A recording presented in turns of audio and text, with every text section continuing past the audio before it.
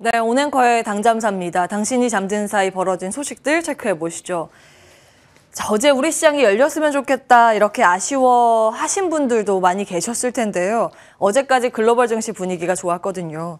간밤 그런데 상황이 또 급변하고 있습니다. 이슈부터 보시죠. 여전히 우크라이나 사태에 금융시장이 휘둘리고 있습니다. 러시아와 우크라이나가 개전 닷새 만에 첫 번째 회담을 가졌는데요. 결실 없이 끝났습니다.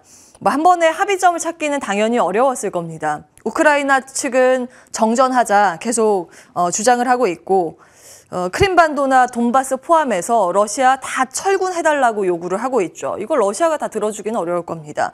러시아가 또 주장을 하는 건 지금 우크라이나 측에 대해서 무기를 다 버려라. 그리고 중립국화를 해라라는 겁니다. 이건 아마 EU를 포함한 건지 모르겠습니다만 나토가 여기에 포함이 될 것 같습니다.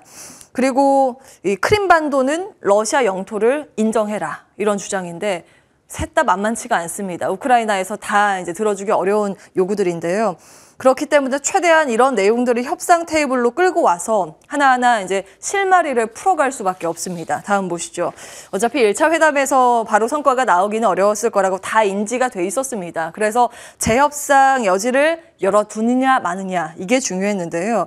1차 회담 이후에 바로 며칠 뒤에 2차 회담 잡은 것으로 그 당시에는 보도가 되면서 어제 아시아 증시가 전반적으로 상승했습니다. 그리고 미증시는 혼조긴 했지만 그래도 장중에 변동성을 딛고 이 마지막에 올라서는 모습이었고요. 나스닥 지수는 상승 전환에 성공하면서 마무리가 됐습니다. 밤사이 분위기가 사뭇 달라졌다고 말씀드렸습니다. 다음 보시죠.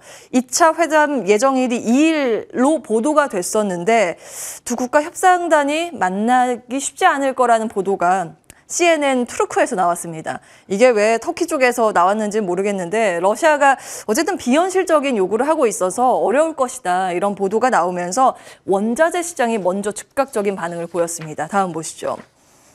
러시아 군대가 키예프까지 지금 진입하고 있다는 소식이 속보로 계속 전해지고 있죠. 그러면서 유가가 폭등을 했습니다. 사실 마의 저항 구간이라고 해야 될까요? 100달러 선을 왔다 갔다 하면서 강하게 돌파를 하지 못하고 있었는데 이번에 여기를 돌파했습니다. 오펙 플러스에서 비축유를 한 6천만 배럴 방출한다고 했지만 유가를 안정시키기에는 상당히 역부족이었습니다. 이제 원유를 넘어서 지금 곡물의 급등세도 이어졌는데요. 우크라이나는 유럽의 빵 공장이라고 불릴 만큼 밀을 비롯해서 곡물을 풍부하게 생산하고 있는데 이 수급 불안으로 인해서요. 미국의 선물 시장에 있는 소맥이나 옥수수, 대두유 같이 급등하는 모습이었습니다. 그리고 원자재 시장 비철금속도 같이 움직이는 모습 특징적이었습니다. 최근 우리 시장에도 곡물 비료 테마가 정유 방산과 함께 전쟁 테마로 엮이는 모양새인데 장중에 변화의 흐름이 나오면 점검받도록 하겠습니다. 자, 히트맵 보시죠. 이렇다 보니 에너지 테마와 일부 시장 방어주만 선전하는 모습을 보였습니다. 에너지 섹터만 상승불 켜져 있는 모습이었고요. 쉐브론, 옥시덴탈 이런 종목들이 강했습니다.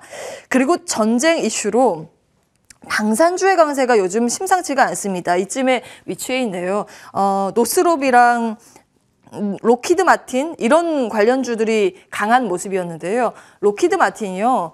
5% 간밤 추가 급등을 했습니다. 최근 3거래일 동안 정말 급등세를 이어가면서 한 18% 올랐거든요. 52주 신고가입니다. 방산주의 강세는 그동안 지속적으로 당잠사에서 짚어드렸기 때문에 시간상 오늘은 따로 정리는 해드리진 않겠습니다. 전체 시장을 놓고 보면은 사실 좋을 이슈는 아닙니다. 굉장히 부담스러운 내용이고 전반적으로 하락 물결 일색이었습니다. 가뜩이나 인플레이션 부담도 있는데 러시아 제재가 기업들의 피해로 연결이 되고 있는 모습입니다. 반도체주의 낙폭이 컸고요. 엔비디아도 4% 가까이 빠졌는데 특히 AMD가 한 8% 가까운 급락으로 마무리가 됐습니다. 다음 보시죠. 나머지 주요 종목의 하락 이유는 따로도 정리를 해봤는데 애플은 러시아에서 제품 판매 서비스 정면 중단키로 결정을 내렸고요. 나이키도 제품 공급을 러시아에 못할 수 있다고 소식이 전해지고 있습니다. 스냅도 이쪽의 광고 중단키로 결정을 하면서 아무래도 매출에 타격을 받을 수밖에 없는 내용이죠. 이 세 종목 모두 크게 밀리면서 마무리가 됐습니다. 그리고 이 러시아 제재가 미국의 금융권에도 타격을 줄 수 있다는 심리가 발목을 잡은 것인지 금융주들이 특히 부진했습니다. JP모건 체이스 같은 경우에는 52주 최저가로 뚝 뚝 떨어진 모습이었고요. 웰스파고, 뱅크 오브 아메리카를 비롯해서 지방은행까지 간밤 타격이 컸습니다. 물론 금리의 영향도 있었겠죠. 지금 국채금리가 크게 밀렸는데 장단기 가릴 것 없이 급락하고 있습니다. 이건 연준의 태도 변화에 대해서 이번 주 예의주시해야 하는 또 하나의 포인트인데요. 다음 보시죠. 전쟁이 예상보다 장기화되면서 악재는 호재가 되고 호재는 악재가 되고 상당히 혼란스러운 요즘입니다. CME 패드워치 다시 캡처를 해봤는데요. 지정학적 리스크가 미 연준의 긴축 속도를 늦출 수 있다는 심리가 실제로 반영이 되고 있습니다. 여기도 참 다이내믹한데요. 3월에 FOMC 50bp 인상 여기에 있어야 되는데 없죠. 베팅이 제로가 나왔습니다. 그리고 이 베팅이 25bp로 다 쏠리면서 93%로 잡혔고요. 소수 의견이긴 하지만 동결도 나왔습니다. 7% 베팅이 동결로 모아졌습니다. 상황이 이렇다 보니 오늘 밤 그리고 내일 밤에 있을 파월의 상하원 연설에 주목을 하게 됩니다. 통화 정책 보고서를 들고 의회에서 발표하는 일정이 원래 연 몇 차례 좀 예정이 돼 있는데요. 3월에 FOMC 이전에 마지막으로 파월이 공식 석상에 등장하는 자리이기 때문에 굉장히 관심이 모아지고 있는 상황입니다. 이번 주에 이 내용에 따라서 시장이 등락을 보일 것으로 관측됩니다. 특히 우크라이나 사태 악화 이후에 또 첫 등장이기도 한데 유가도 지금 100달러를 돌파해서 인플레이션상 최악의 상황을 맞이하고 있죠. 그래서 파월 의장의 태도 변화가 있을지가 중요한 관전 포인트입니다. 자, 전체적인 주변 상황들 보셨는데요. 미증시는 당연히 좋을 리가 없겠죠. 지수 확인해 보시죠. 3대 지수는 다시 힘없이 밀려 내려가는 모습이었습니다. 장중 내내 약한 모습이었고 3대 지수 일제히 각각 1.5% 이상씩 밀렸습니다.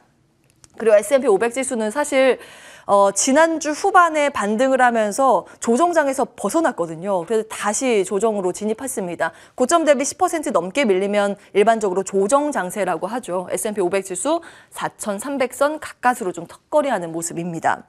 이렇게 불확실성이 고조되고 있기 때문에 당분간 단기 테마 강세 가능성이 우세하다는 분석만 나오고 있습니다. 한쪽 문이 닫히면 다른 쪽 문이 열린다는 증시 격언이 생각나는 요즘입니다. 다음 보시죠. KB증권에서는 이번 러시아 제재 수혜에 대해서 분석을 했는데요.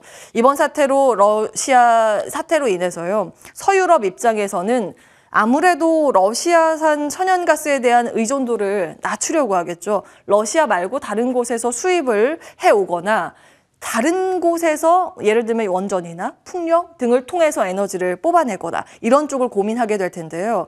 천연가스 생산량 비중을 보시면 이해를 하실 겁니다. 러시아를 대체할 수 있는 건 지금 미국이기 때문에 미국의 LNG를 가져오려면 뱃길을 이용해야 되죠. 그래서 LNG선, 이 배를 이용해야 된다라는 그 논리 속에서 국내에서는 조선주가 강한 모습이었고요. 당연히 미국 관련 에너지주가 강세를 흐름 보이고 있는 이유이기도 합니다.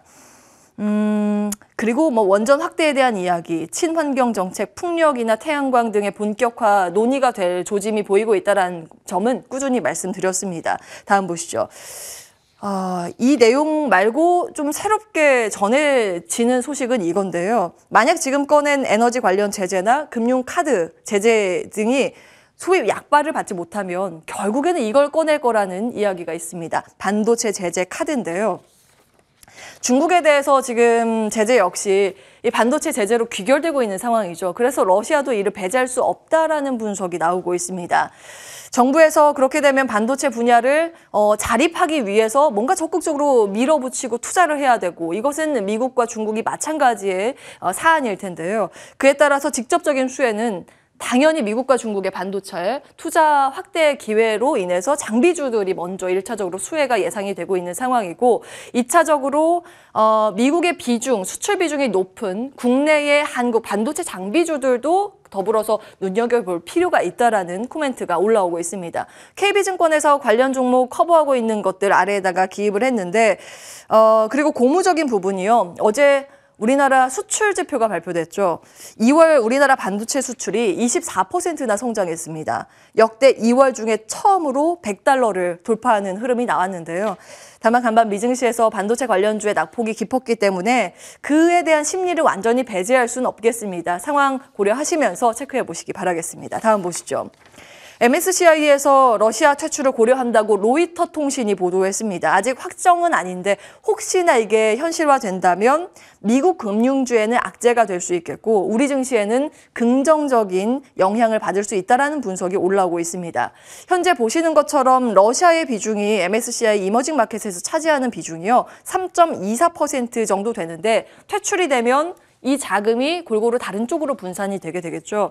삼성증권에서는 8조 원 예측을 했고 신영증권에서는 4조 원 정도 우리나라의 외국계 자본이 유입될 가능성이 있다고 분석을 하고 있습니다. 물론 이게 확정이 돼도요. 한 번에 이 자금이 들어오는 건 아니고 선제적으로 외국인들이 매수를 하는지 여부는 계속 따져보셔야겠습니다.